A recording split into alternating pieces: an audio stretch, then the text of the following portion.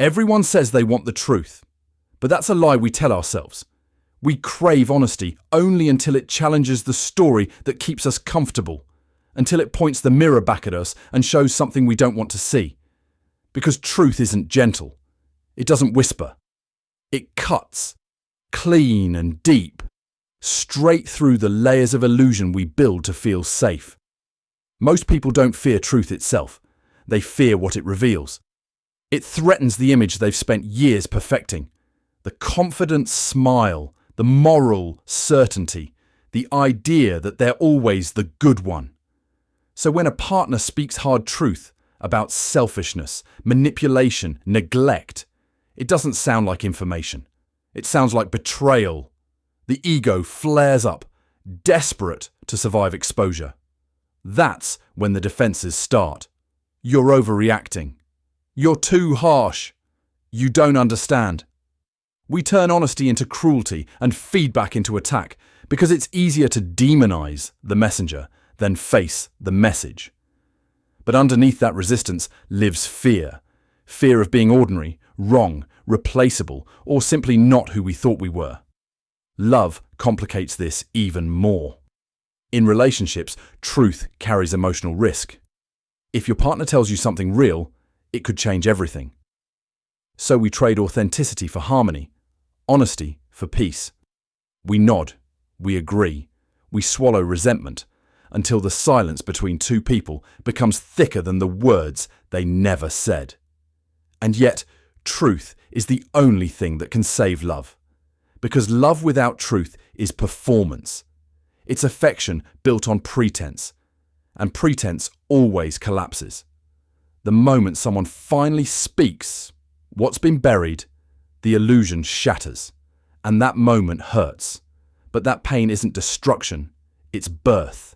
The death of denial, the beginning of clarity. Facing truth means losing versions of yourself, the one who always wins arguments, the one who never fails, the one who's always right. But what you gain is real vision, the ability to see yourself and your partner without distortion. That's what most people call insanity. It's not madness, it's awakening. Because when the story dies, reality floods in, and for the first time you realize how fragile we all are under the armor. Truth doesn't ruin relationships. It reveals whether they were ever real. And if both people can stand in that raw space, naked, humbled, honest, something extraordinary happens. Trust, not fantasy, becomes the foundation. That's the paradox. The truth feels like it's tearing you apart, but really it's setting you free. The ego is a clever architect. It builds its fortress out of stories. Stories about who we are, why we're right, and how everyone else just doesn't understand. It starts early. Each compliment becomes a brick. Each humiliation, a wall. By adulthood, most people aren't living as themselves anymore.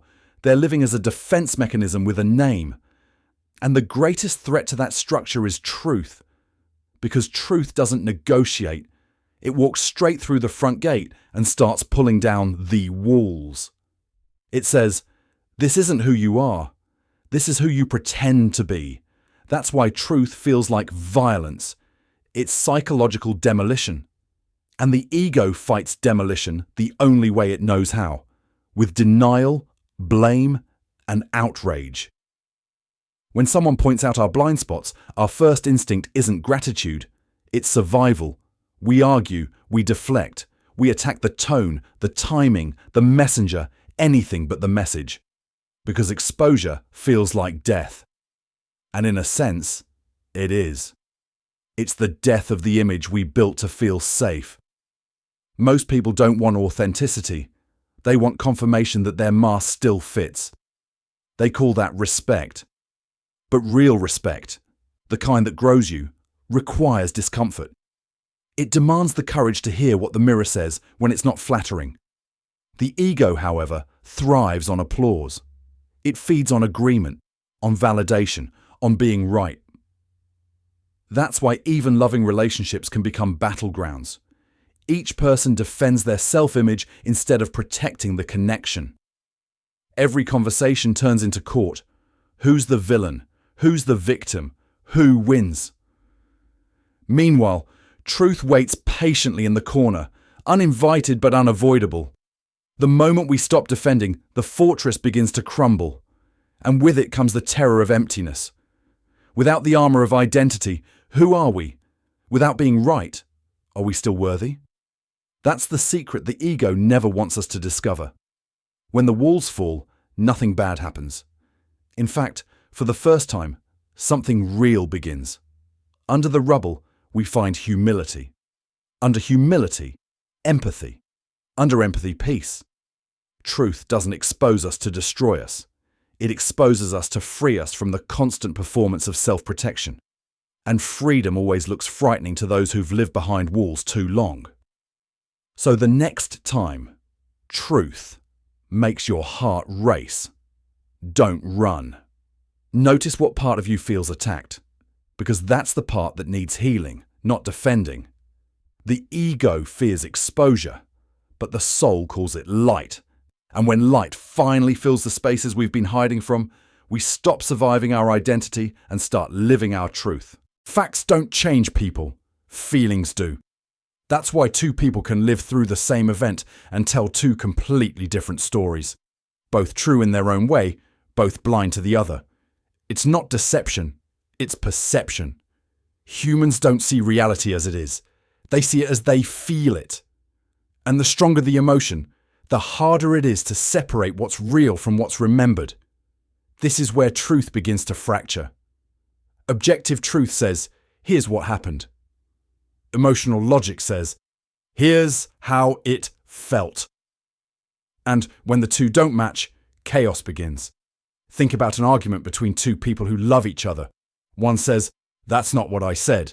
The other says, that's how it felt. Both are certain. Both are right. And both are trapped inside the story their emotions are telling. Because emotion is persuasive. It doesn't ask for evidence. It is the evidence. When we feel hurt, we assume harm was intended. When we feel unloved, we assume love is gone. Our nervous system becomes judge and jury, and truth gets buried under the weight of emotional conviction. This is why honest communication feels impossible. When someone shares a hard truth, we don't hear the data. We hear the tone, the timing, the subtext our insecurities invented. The message passes through layers of feeling before it ever reaches reason. That's not weakness. It's wiring. Emotion evolved to keep us alive, not to keep us accurate. It screams danger, even when the danger is just a bruised ego. But maturity, the kind that leads to peace, is learning to pause between what we feel and what we know. To ask, is this truth or just a trigger? Because truth isn't the enemy of emotion. It's the calibration of it. Without facts, feelings spin out of orbit. Without empathy, facts turn cruel. Balance both, and you get wisdom. The tragedy is that many people choose sides. Some worship logic and lose connection. Others worship emotion and lose reality. Both end up lonely, one misunderstood, the other unstable. The hardest skill in love and life is learning to feel deeply without letting feelings define the facts. To listen to emotion as information, not instruction. To recognize that pain isn't proof of injustice. Sometimes it's proof of growth. That's what emotional intelligence really means. Staying open-hearted, but anchored in truth. Feeling everything, believing nothing until it's verified by both heart and reason. So when truth arrives wrapped in discomfort, try not to reject it. Sit with it. Let emotion scream, then let logic speak. Because between those two voices, feeling and fact, lies the only place real understanding can exist. That's where love becomes stable and truth becomes kind. The human heart is a fortress disguised as a flower. Soft on the surface, steel underneath. Because once it's been wounded, it never wants to bleed the same way twice. So it learns defenses. Quiet, invisible, automatic. They don't come from malice. They come from memory. Every betrayal teaches the heart a new language of protection, and eventually it forgets how to speak anything else. Denial is the first dialect. It whispers, "That didn't hurt." It paints over cracks with optimism and calls the silence healing. But denial doesn't fix pain. It preserves it, buried, sealed, and waiting to resurface when someone new gets too close. Then comes projection. The mind takes what it fears in itself and hangs it on another. It's easier to say, "You're distant," than admit, "I'm afraid of intimacy." Easier to accuse than to reveal. Projection keeps the spotlight off the self, so we can keep pretending the problem lives somewhere else. Next is justification. The art of rewriting pain into pride. We call it boundaries, self-respect, independence. But sometimes it's just fear wearing sophistication's clothes. It convinces us we're in control when we're actually avoiding vulnerability. These mechanisms aren't evil. They're brilliant survival tools. But survival isn't the same as living. And protection, taken too far, becomes isolation. You can see it in people who never let anyone close enough to disappoint them, who explain every failed connection with eloquent logic, but never mention the trembling beneath their confidence. They've built walls so high, even love can't find the door. The irony is that what we build to keep pain out also keeps healing from getting in. The heart hides behind its armor, waiting for someone patient enough to disarm it, yet it attacks anyone who tries. It mistakes gentleness for threat, truth for judgment, closeness for danger. That's how defense turns into distance. Every time we protect our ego, we sacrifice intimacy. Every time we choose pride over vulnerability, we choose safety over connection and end up lonely inside our own fortress. The real test of strength isn't how well you can guard yourself. It's how honestly you can lower the gate when love knocks again. To say, "Yes, I'm afraid, but I'll stay." That's courage. Healing begins when you stop defending the version of yourself that never needs healing. When you let truth touch the scar instead of explaining it away. When you realize the heart doesn't need thicker walls, it needs wiser openings. The defenses of the heart once kept you alive. Now they keep you alone. And somewhere beyond those walls, life is still waiting. Not to hurt you, but to remind you what feeling fully alive actually means. The world no longer asks people to grow. It just asks them to feel good. We live in an age where comfort is currency and confrontation is cruelty, where truth isn't measured by accuracy, but by how pleasant it sounds. That's the new morality. If it hurts, it's hateful. If it challenges you, it's toxic. If it disagrees, it must be silenced. And so, little by little, society built a paradise of mirrors, a digital dreamland where everyone's right, everyone's special, and everyone's a victim. Social media turned validation into oxygen. The more delusional the post, the faster it spreads. People don't want truth. They want affirmation dressed as enlightenment. They don't follow wisdom. They follow whatever flatters their pain. Algorithms don't care about healing. They care about engagement. And nothing engages like outrage or self-pity. So they feed us exactly what keeps us scrolling. Content that confirms we're good and everyone else is broken. It feels safe, comforting, even empowering. But it's poison disguised as therapy. Because when everything becomes about how you feel, truth loses its power. Feelings fluctuate by the hour, truth doesn't. Yet, we've built an entire culture around emotional entitlement, where discomfort is oppression and accountability is abuse. That's why real honesty sounds offensive now. We've trained an entire generation to mistake truth for attack, an illusion for self-love. You can see it in how we talk about relationships. Accountability becomes gaslighting. Boundaries become control. Feedback becomes judgment. And loneliness? It's not a symptom anymore. It's a lifestyle brand. The result? A world full of people who look confident but live in quiet chaos. They preach self-love but practice self-avoidance. They wear healing like a hashtag while running from their reflection. And every time reality knocks, society offers another distraction. A new cause to rage about, a new ideology to hide behind, a new dopamine hit to drown the silence. The system doesn't want you self-aware. It wants you self-absorbed. Because the more you chase external validation, the easier you are to sell to divide, to control. The truth is bad for business. Clarity doesn't buy much. But confusion? Confusion is profitable. So the world keeps you entertained, keeps you righteous, keeps you scrolling.